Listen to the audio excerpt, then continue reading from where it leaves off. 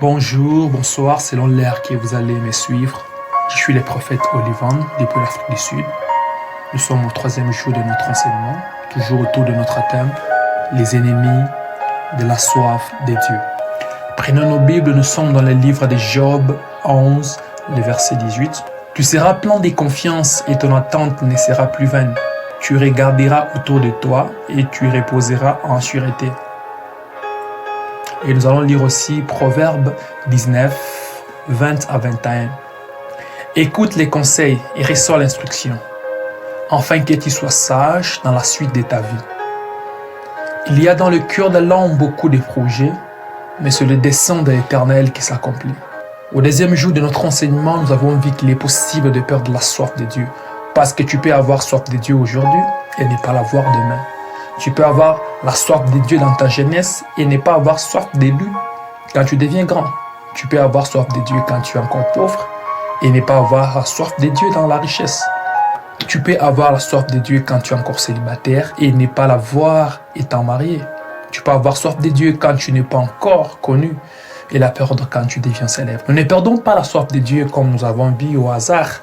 Nous perdons la soif de Dieu parce qu'elle a des grands ennemis. Nous avons parlé hier sur le Père Grâce, qui est un ennemi sournois. Mais aujourd'hui, nous allons parler d'un autre grand ennemi de la soif de Dieu, qui est les fausses attentes. Par définition, une attente est l'état de celui qui attend, ou le temps pendant lequel on attend. C'est aussi l'action de compter sur quelqu'un ou sur quelque chose, donc une expérience, en posant des actes dans le présent pour bénéficier d'une chose qu'on espère dans le futur. C'est un état qui entretient ainsi la joie et nous booste dans la marche sur terre. Alors, une fausse attente diminue la joie, les désirs de poursuivre une cause parce que rien n'arrive. La vie chrétienne est belle, elle repose sur des promesses vraies. Un jour, on verra notre Seigneur face à face, oui, la personne qui a pris notre place sur la croix. Oui, mon cœur est rempli de cette attente, marcher avec lui dans les rues pavées d'or. Oui, un jour, je marcherai avec mon Seigneur dans les rues pavées d'or.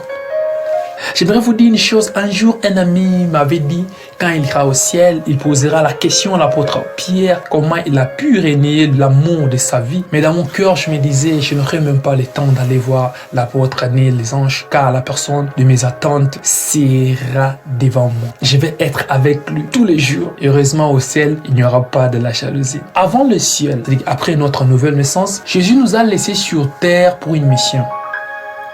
Pour amener d'autres brebis dans le pâturage. Il nous a fait des promesses. Une que j'aime et que je chéris, c'est qu'il sera avec nous tous les jours jusqu'à la fin du monde. Alors, il est courant de nos jours de confesser toutes les promesses de Dieu et les coller à nous par la foi. Mais plusieurs d'entre nous ignorent une vérité. Dans la Bible, il y a de nombreuses et merveilleuses promesses, mais il existe des sortes de promesses. Et il serait dangereux de les confondre. Les unes sont inconditionnelles, d'autres accompagnées d'ainsi. Par manque de cette information, plusieurs se sont entourés de fausses attentes. Écoute bien. Dans chacune de lettres aux églises de l'Apocalypse, pour bien comprendre cela, les promesses sont faites aux vainqueurs. Par exemple, ces livres nous montrent assez clairement qu'il y a des combats dans cette course, des exigences pour recevoir les récompenses. Mon frère, ma sœur, nos attentes influencent nos expériences. Nous avons des attentes qui boostent nos vies, mais nous oublions souvent qu'elles sont souvent dans la classe du conditionnel. Bien-aimés dans les Seigneurs. Et aussi, malgré qu'il y a dans le cœur de l'homme beaucoup de projets, mais c'est le dessein de l'Éternel qui s'accomplit. Cela signifie que nous devions placer plus d'attentes dans le dessein de Dieu pour nos vies, parce que les fausses attentes est un ennemi qui combat la soif de Dieu. Bien-aimés dans le Seigneur. Les fausses attentes sont comme la peste noire. Elles sont à la base du manque de soif dans le cœur de beaucoup de chrétiens. Elles ôtent la joie et la ténacité de poursuivre la juste cause. Les fausses attentes ébranlent le bonheur. Elles enlèvent plusieurs sur le droit chemin jusqu'à aller dîner avec les diables pour avoir le semblant de bonheur. Si on n'arrive pas à comprendre ces grands ennemis et n'arrive pas à les battre par le frais enseignement, beaucoup d'églises seront vides. Les fausses attentes est un ennemi terrible qui est en train de ronger la chrétienté aujourd'hui. Les fausses attentes déroutent plusieurs. Nous étions jeunes, nous avons donné notre vie à Jésus-Christ, nous lisons nos Bibles, nous prions, nous cherchons Dieu avec force. Mais simplement, nous avons focalisé notre vie sur des fausses attentes. Plusieurs voulaient être célèbres dans le ministère. À force de prier, la célébrité n'arrive pas, ils sont retrouvés dans des maisons de féticheurs pour avoir quelques fétiches, pour voir en esprit et prophétiser, devenir célèbre. À cause de fausses attentes, une fille qui était vierge, qui craignait Dieu, qui disait « je vais être fidèle jusqu'à ce que j'aurai un mari ». Elle s'est retrouvée enceinte de son chef de boulot. À cause de fausses attentes, des églises se sont divisées parce que l'un est en train de dire lui prend beaucoup. À cause de fausses attentes, l'église est devenue faible. On n'arrive pas à chercher Dieu. Et il y a eu une génération qui cherchait tellement Dieu, qui basait sa vie sur Dieu, mais qui avait des fausses attentes, qui montait sur des montagnes pour le mariage, qui montait sur des montagnes pour le voyage, qui montait sur des montagnes pour avoir l'argent, qui montait sur des montagnes, qui cherchaient des... Mais c'était des fausses attentes du fait que ces choses-là ne sont pas arrivées. Ces personnes se sont retrouvées loin de Dieu. Les fausses attentes, c'est un ennemi très très dangereux qui détruit plusieurs, qui détruit des prophètes, qui détruit des apôtres, qui détruit des pasteurs, des évangélistes, même des choristes. Beaucoup de nos se sont retrouvés dans le main du diable en train de les servir, mais en cachant qu'ils sont en train de prêcher, c'est parce qu'ils avaient des fausses attentes. Bien-aimés dans le Seigneur, les fausses attentes détruisent. Tu n'arriveras pas à prier. Tu regardes des années, tu dis que Seigneur, je suis encore jeune.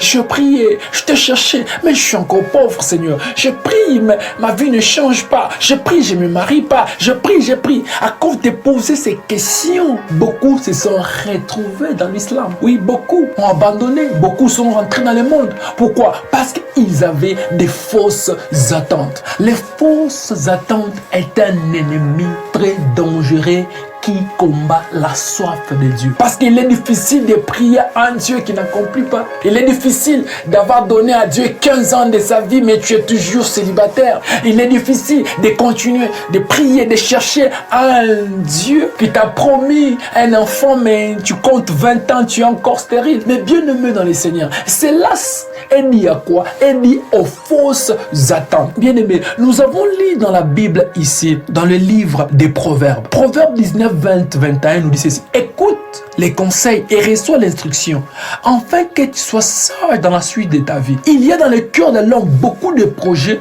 mais c'est le dessein de l'Éternel qui s'accomplit.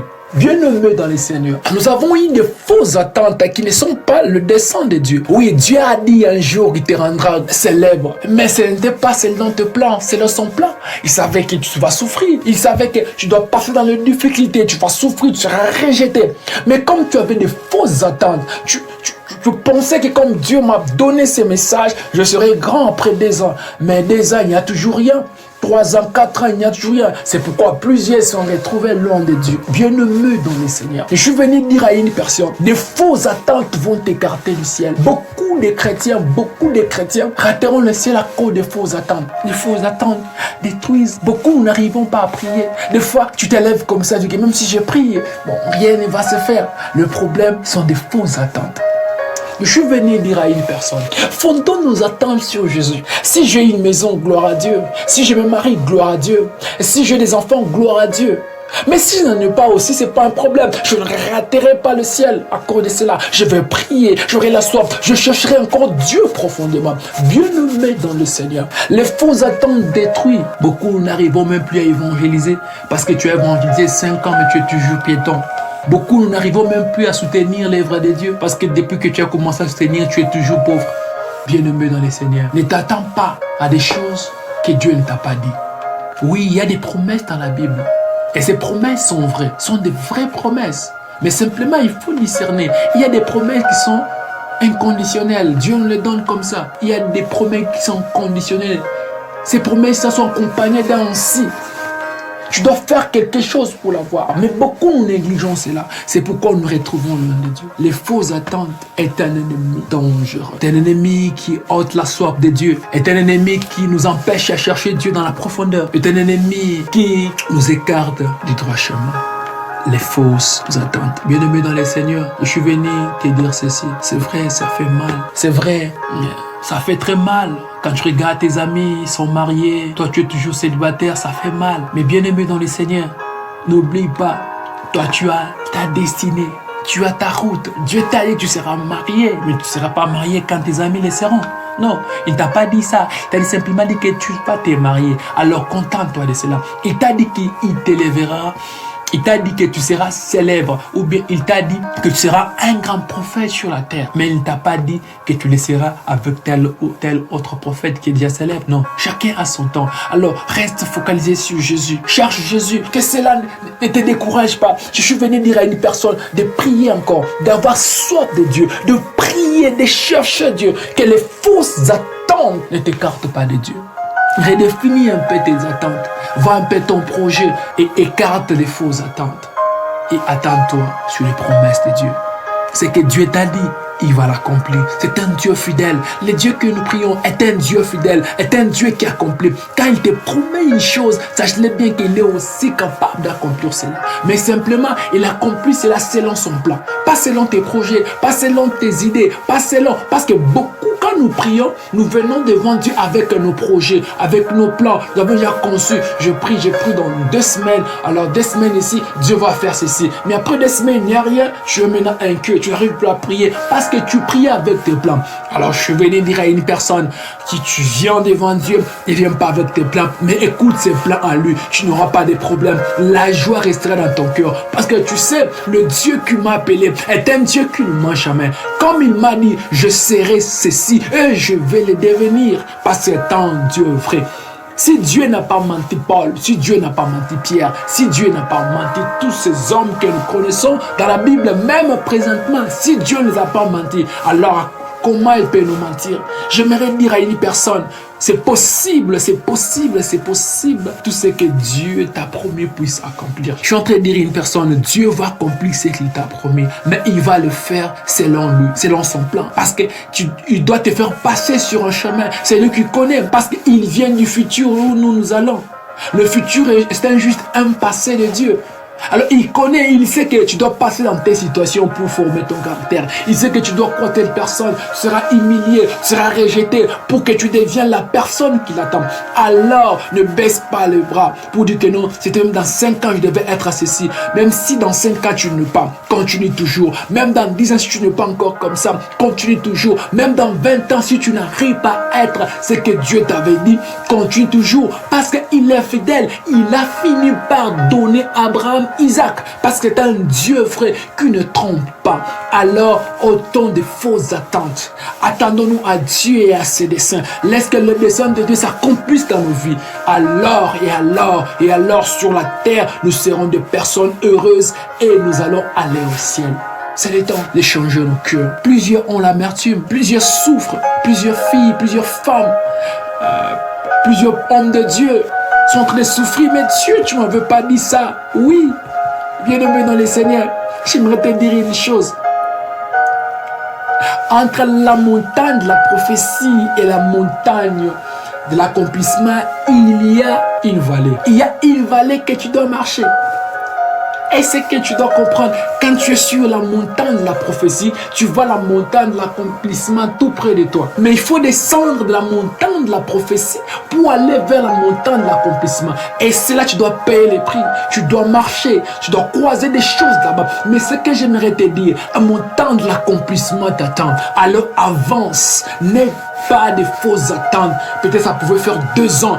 Non, bien-aimé, avance et n'abandonne pas Dieu. J'ai toujours dit aux gens, si Dieu ne nous bénit pas, si Dieu ne nous donne pas ce qu'on cherche, est-ce qu'on l'aimera toujours?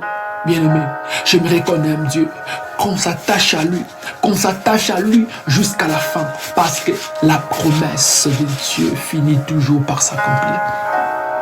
Je fais prier avec une personne qui se sent faible, une personne qui a même développé la gastrite, une personne qui se sent malade parce qu'elle a l'impression que tout ce que Dieu avait dit sur sa vie ne s'accomplit pas. J'aimerais te dire ceci, Dieu va l'accomplir. Prie avec moi, dis à Dieu, Seigneur, pardonne-moi. Pardonne-moi, j'étais déjà fatigué. Les fausses attentes m'ont détourné du droit chemin. Je n'arrivais plus à prier. J'étais devenu juste un chrétien de facettes. Les gens me voyaient un homme saint, mais à l'intérieur, je suis pourri. Les gens me voyaient que je suis une personne qui aime Dieu, juste de face, mais à l'intérieur, j'haïs Dieu. J'ai des blessures causées par Dieu. J'aimerais que quelqu'un puisse dire, pardonne-moi, Seigneur. J'aimerais te suivre. Seigneur, pardonne-nous. Pardonne-nous, Seigneur. Nous voulons te suivre jusqu'à la fin. Nous voulons te suivre jusqu'à la fin. Dans le nom de Jésus-Christ. Nous voulons te suivre jusqu'à la fin. Qu'elle a soif des mains dans nous. Seigneur, nous plaçons nos attentes sur toi et sur toi seul. Dans le nom puissant de Jésus-Christ. Amen. Bien-aimés, si vous voulez nous contacter, vous pouvez le faire sur plus 27 83 693 20 43 ou sur notre page Facebook Prophète Oli Vanissel. Que le bon Dieu